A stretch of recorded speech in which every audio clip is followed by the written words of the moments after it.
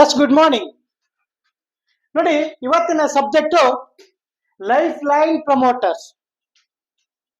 ನಮ್ಮ ಜೀವನ ಯಾವ ರೀತಿಯಾಗಿ ಹೋಗ್ಬೇಕು ಮತ್ತ ಆ ಜೀವನವನ್ನು ಯಾವ ರೀತಿಯಾಗಿ ನಾವು ಪ್ರಮೋಟ್ ಮಾಡ್ಬೇಕನ್ನೋದು ತಿಳ್ಕೊಬೇಕಾದ್ರೆ. ಯಾಕಂದ್ರೆ ನಾವು ಪ್ರಮೋಟ್ ಆದ್ರೆ ನಾವು ಹೇಗೆ ಗ್ರೋ ಆಗ್ತೀವಿ ಅನ್ನೋದು ನಮಗೆಲ್ಲ ಗೊತ್ತಿರುತ್ತೆ. ಹಾಗಾಗಿ ನೋಡಿ, life of limitation and explore idea and options to experience a breakthrough. ಹೀಗಂದ್ರೆ ಜೀವನ ಅನ್ನೋದು ಮಿತಿಯ ಜೀವನ ಮತ್ತು ಅದನ್ನು ಪ್ರಗತಿಯನ್ನು ಅನುಭವಿಸಲು ಮತ್ತು ಕಲ್ಪನೆಗಳನ್ನು ಮತ್ತು ಆಯ್ಕೆಗಳನ್ನು ಅನ್ವೇಷಿಸಬೇಕಾಗತ್ತ. ಏನು, ನಮ್ಮ ಜೀವನ ಹೇಗೆ ಪ್ರಗತಿಯನ್ನು ಹೊಂದಬೇಕು, ಆ ಪ್ರಗತಿಯನ್ನು ಹೊಂದಿದ್ದನ್ನು ನಾವು ಹೇಗೆ ಅನುಭವಿಸಬೇಕು, ಯಾವುದರ ಮೂಲಕ? ಐಡಿಯಾ ಮೂಲಕ ನಾವು ಅನುಭವಿಸಿದ್ದಾದ್ರೆ ನಾವೇನ್ ಮಾಡಕ್ಕಾಗತ್ತ? ಆ ಲಿಮಿಟೇಷನ್ ಲೈಫ್ ನಲ್ಲಿ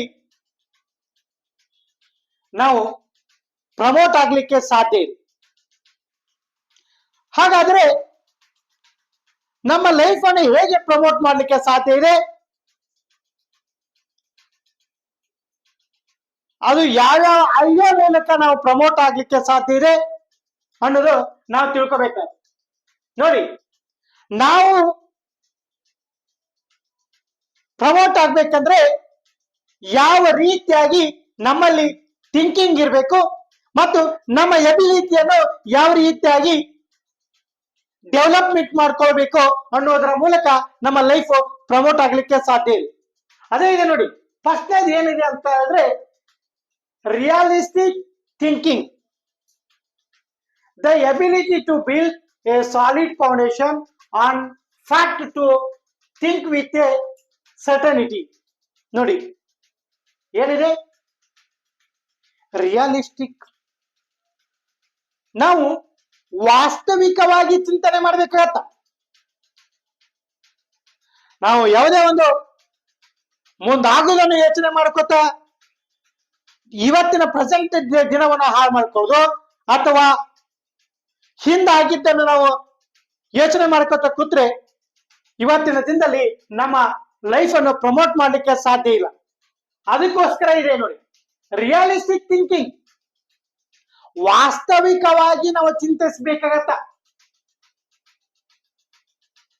ಖಚಿತವಾಗಿ ಯೋಚಿಸಲು ಸತ್ಯದ ಘನ ಅಡಿಪಾಯವನ್ನು ನಾವು ಹಾಕೋಬೇಕಾಗತ್ತ. ಅದು ಯಾವುದ್ರ ಮೂಲಕ ಆ ಸಾಲಿಡ್ ಫೌಂಡೇಶನ್ ಹಾಕೊಳ್ಳಕ್ಕೆ ಸಾಧ್ಯತೆ ಇದೆ ಅಂತಂದ್ರೆ ನಮ್ಮ ಎಬಿಲಿಟಿ ಮೂಲಕ. ನಮ್ಮಲ್ಲಿ ಇರುವಂತ ಎಬಿಲಿಟಿಯನ್ನು ನಾವು ಅದನ್ನ ವಾಸ್ತವಿಕವಾಗಿ ಯೋಚನೆ ಮಾಡ್ಬೇಕಾಗ್ತದೆ. ಯಾಕೆಂದ್ರೆ ಪ್ರೆಸೆಂಟ್ ಅನ್ನು ನಾನು ಯಾವ ರೀತಿಯಾಗಿ ಉಪಯೋಗಿಸ್ಕೋತೀವೋ ಆ ರೀತಿಯಾಗಿ ನಮ್ಮ ಎಬಿಲಿಟಿ ಅಲ್ಲಿ ವರ್ಕೌಟ್ ಆಗತ್ತ. ಅದು ವರ್ಕೌಟ್ ಆದಾಗ ಆ ಸಾಲಿಡ್ ಫೌಂಡೇಶನ್ ಅನ್ನು ನಾನು ಸತ್ಯವಾಗಿ ನಾನು ಹಾಕೊಳ್ಳಿಕ್ಕೆ ಸಾಧ್ಯವಿದೆ. ಹಾಗೆ ಅದಕ್ಕೋಸ್ಕರ ಏನಿದೆ ನೋಡಿ, ಖಚಿತವಾಗಿ ಯೋಚಿಸಲು ಸತ್ಯದ ಮೇಲೆ ಘನ ಅಡಿಪಾಯವನ್ನು ನಿರ್ಮಿಸುವ ಸಾಮರ್ಥ್ಯ.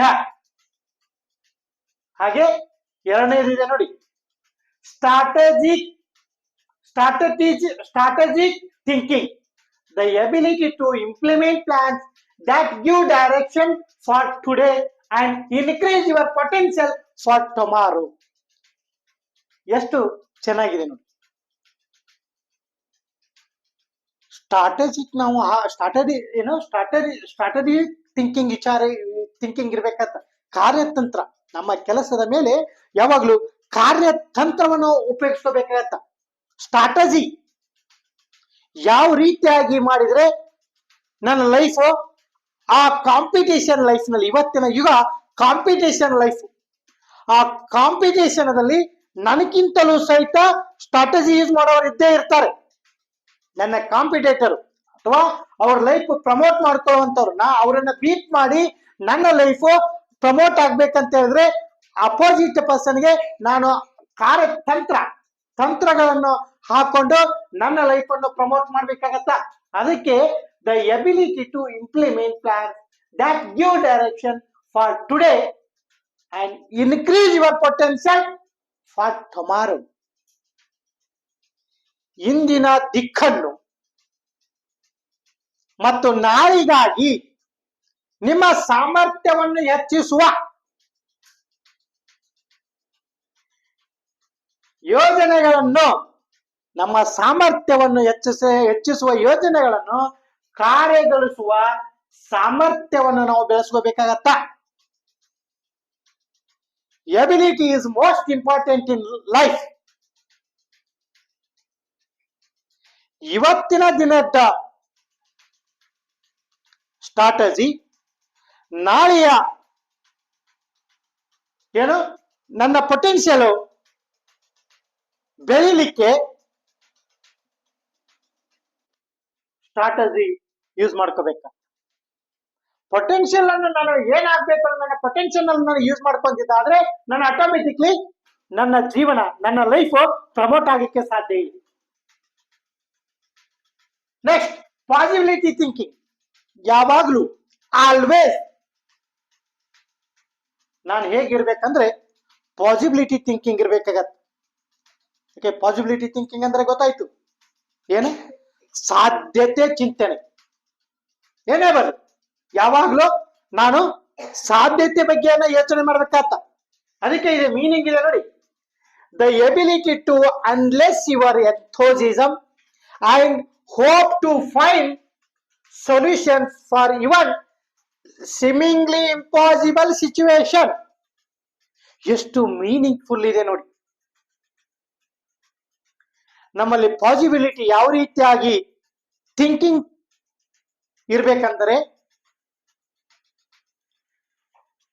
ನಿಮ್ಮ ಉತ್ಸಾಹವನ್ನು ಹೊರಹಾಕುವ ಸಾಮರ್ಥ್ಯ, ಅಂದ್ರೆ ನಮ್ಮಲ್ಲಿರುವಂತಹ ಒಂದು ಎಂಥೋಸಿಸಮ್ ಅನ್ನು ಅದನ್ನ ಹೊರಹಾಕುವ ಸಾಮರ್ಥ್ಯವನ್ನು ನಾವು ಮಾಡ್ಕೊಂಡಿರ್ಬೇಕಾಗತ್ತ.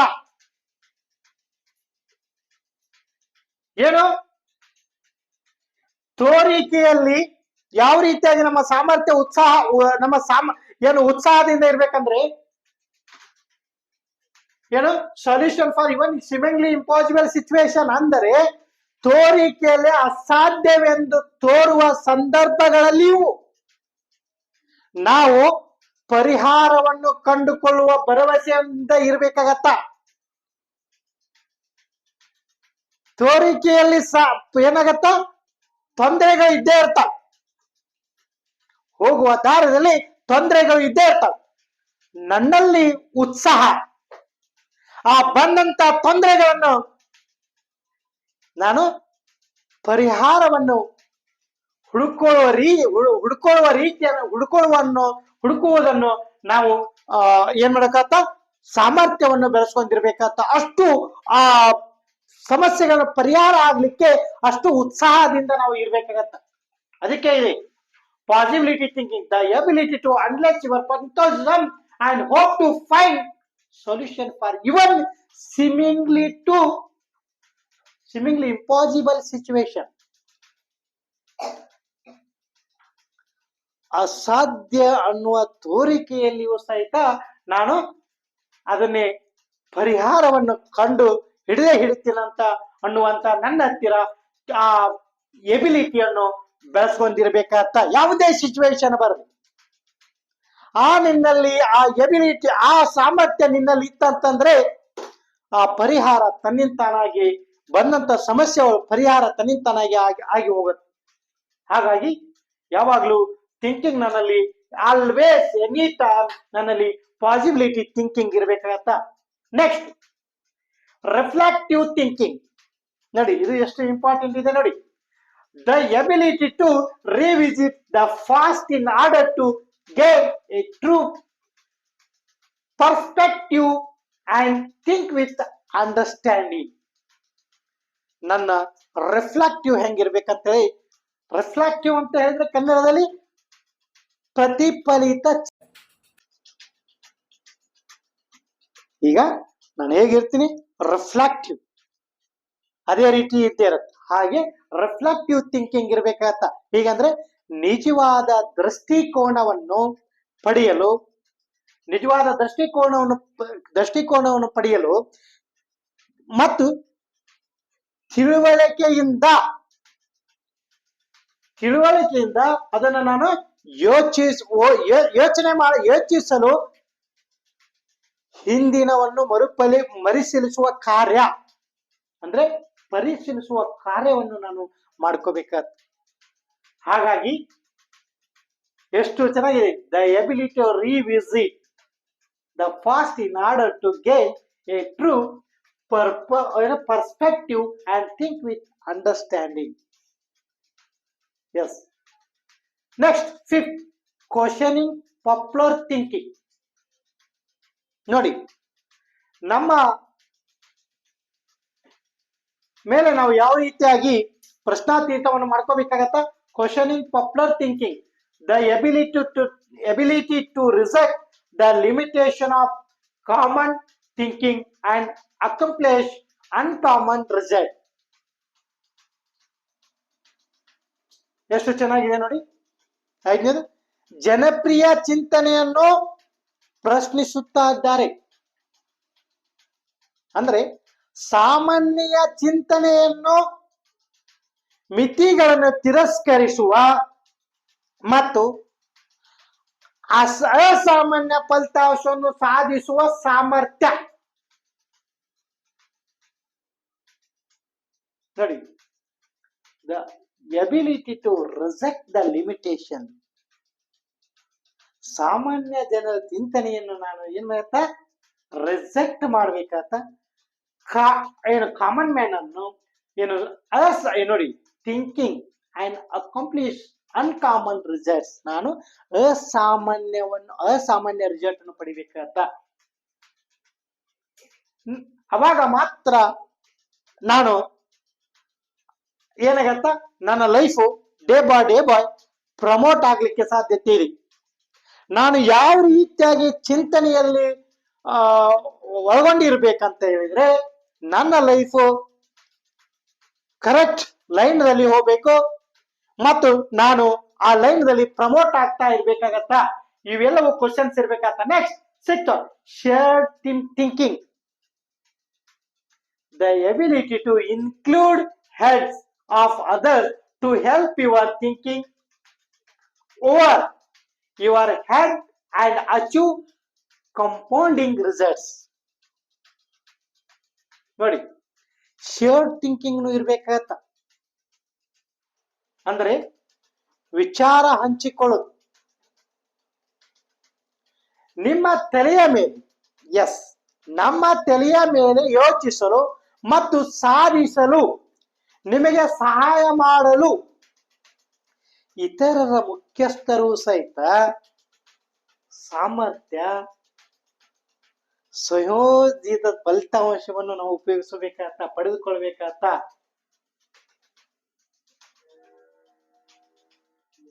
ಯಾವ ರೀತಿಯಾಗಿ ನಾನು ಪ್ರಮೋಟ್ ಆಗ್ಬೇಕಂತ ಹೇಳಿದ್ರೆ, ಒಂದು ಫ್ರೆಂಡ್ ಸರ್ಕಲ್ ಇರ್ತಾರೆ, ಅಥವಾ ಆ ಲೈನ್ ನಲ್ಲಿ ಪ್ರಮೋಟ್ ಆಗಿದವರು ಇರ್ತಾರೆ. ಅವ್ರ ಜೊತೆ ನನ್ನಲ್ಲಿ ಇರುವಂತ ಪ್ಲಾನು, ಅದನ್ನ ನಾನು ನನ್ನಲ್ಲಿರುವಂತ ವಿಚಾರಧಾರೆ ಅದನ್ನ ನಾನು ಹಂಚಿಕೊಂಡಿದ್ದಾದರೆ ಅವರು ಸಹಿತ ನನಗೆ ಸಹಾಯ ಮಾಡಲಿಕ್ಕೆ ಸಾಧ್ಯ ಇದೆ. ಹಾಗಾಗಿ ಶೇರ್ ಥಿಂಕಿಂಗ್ ನಮ್ಮಲ್ಲಿ ಇರ್ಬೇಕಂತ. ನಾವು ಪ್ರಮೋಟ್ ಮಾಡ್ಬೇಕಂದ್ರೆ ನಾವಿದ್ರೆ ಸಾಲದು, ಶೇರ್ ಥಿಂಕಿಂಗ್ ಇರ್ಬೇಕಂತ. Next, unselfish thinking. ನೋಡಿ, ಈಗ ಏನು, ನಾನು ಸೆಲ್ಫಿಶ್ ಇದ್ರೆ ಸಾಲದು, ನನ್ನಲ್ಲಿ unselfish thinking, the ability to consider others and their journey to think with collaboration.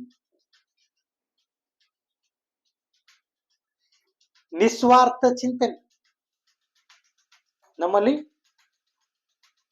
ನಾವಷ್ಟೇ ಬೆಳೆದ್ರೆ ಪ್ರಮೋಟ್ ಆಗ್ಲಿಕ್ಕೆ ಸಾಧ್ಯ ಇಲ್ಲ. ಇವ ಸಮಾಜದಲ್ಲಿ ನಮ್ಮಲ್ಲಿ ಒಂದೊಂದ್ಸಲ ಏನಿರ್ಬೇಕಂತ, ಶೇರ್ ಥಿಂಕಿಂಗ್, ನಿಸ್ವಾರ್ಥ ಚಿಂತನೆ ಇರ್ಬೇಕಂತ.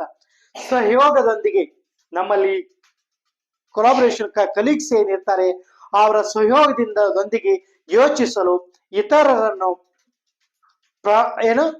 ಪ್ರಯಾಣವನ್ನು ಪರಿಗಣಿಸಿ ಕನ್ಸಿಡರ್ ಮಾಡಿ ಸಾಮರ್ಥ್ಯವನ್ನು ನಾವು ಬೆಳೆಸ್ಕೋಬೇಕಾಗತ್ತ. ಯಾವುದೇ ಒಂದು ಥಿಂಕಿಂಗ್ ಆಗಲಿ, ಯಾವುದೇ ಒಂದು ನಮ್ಮ ಲೈನ್ ಪ್ರಮೋಟ್ ಆಗುದು ಡಿಪೆಂಡ್ ಅಪಾನ್ ನಮ್ಮ ಒಂದು ಎಬಿಲಿಟಿ ಮೇಲೆ. ಯಾಕಂದ್ರೆ ಚಿಂತನೆ ಏನಾಗತ್ತ, ಡೈರೆಕ್ಷನ್ ತೋರ್ಸತ್ತ, ಅದನ್ನ ದಾರಿ ತಲುಪಬೇಕಾದ್ರೆ ನಮ್ಮ ಎಬಿಲಿಟಿ ಬಹಳ ಇಂಪಾರ್ಟೆಂಟ್ ಇರುತ್ತೆ. ಅದನ್ನ ಪ್ರತಿನಿತ್ಯನೂ ಸಹಿತ ನಾವು ಬೆಳೆಸ್ಕೋಬೇಕಾದ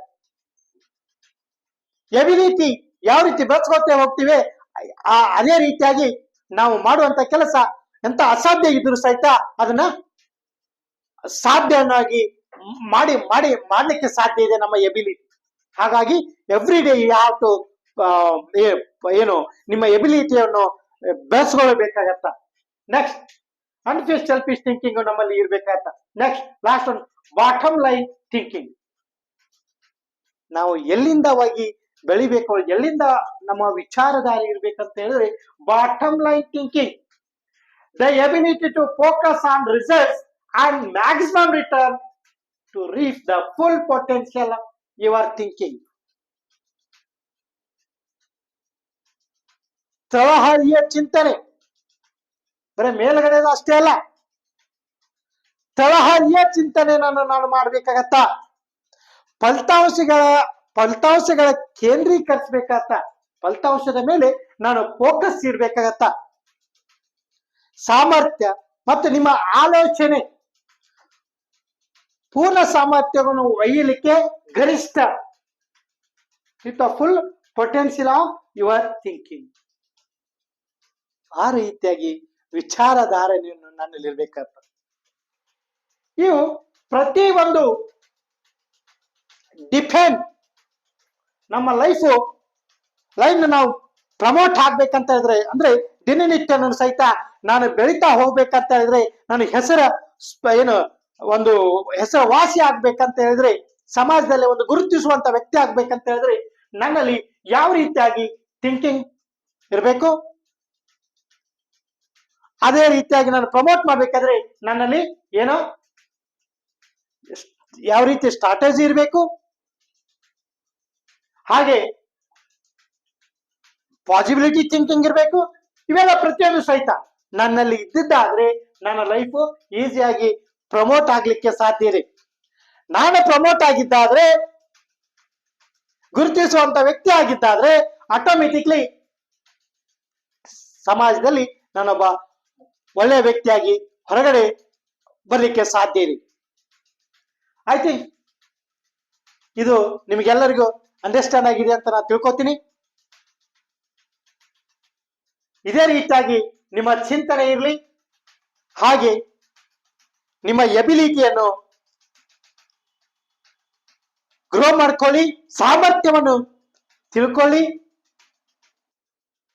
ಆ ವಿಚಾರ ಮತ್ತು ಆ ಸಾಮರ್ಥ್ಯ ಮೂಲಕ ನೀವು ಹೋಗಿದ್ದಾದ್ರೆ ಆಟೋಮೆಟಿಕ್ಲಿ ನಿಮ್ಮ ಲೈಫ್ ಪ್ರಮೋಟ್ ಆಗ್ಲಿಕ್ಕೆ ಸಾಧ್ಯ ಇದೆ. Thank you very much.